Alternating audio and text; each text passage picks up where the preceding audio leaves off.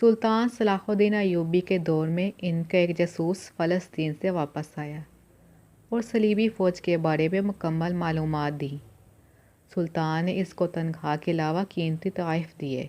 اس پر فوج کے سپاہیوں نے اعتراض کیا، ہم لوگ ہر میدان میں آپ کے ساتھ لڑتے ہیں، ہمیں قیمتی تحائف کیوں نہیں دیے جاتے؟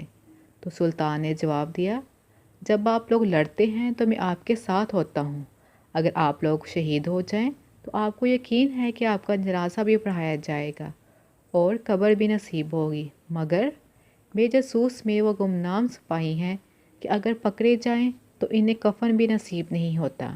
یہ میری آنکھیں اور کان ہیں جن سے میں میلوں دور دشمن کو دیکھتا اور سنتا ہوں۔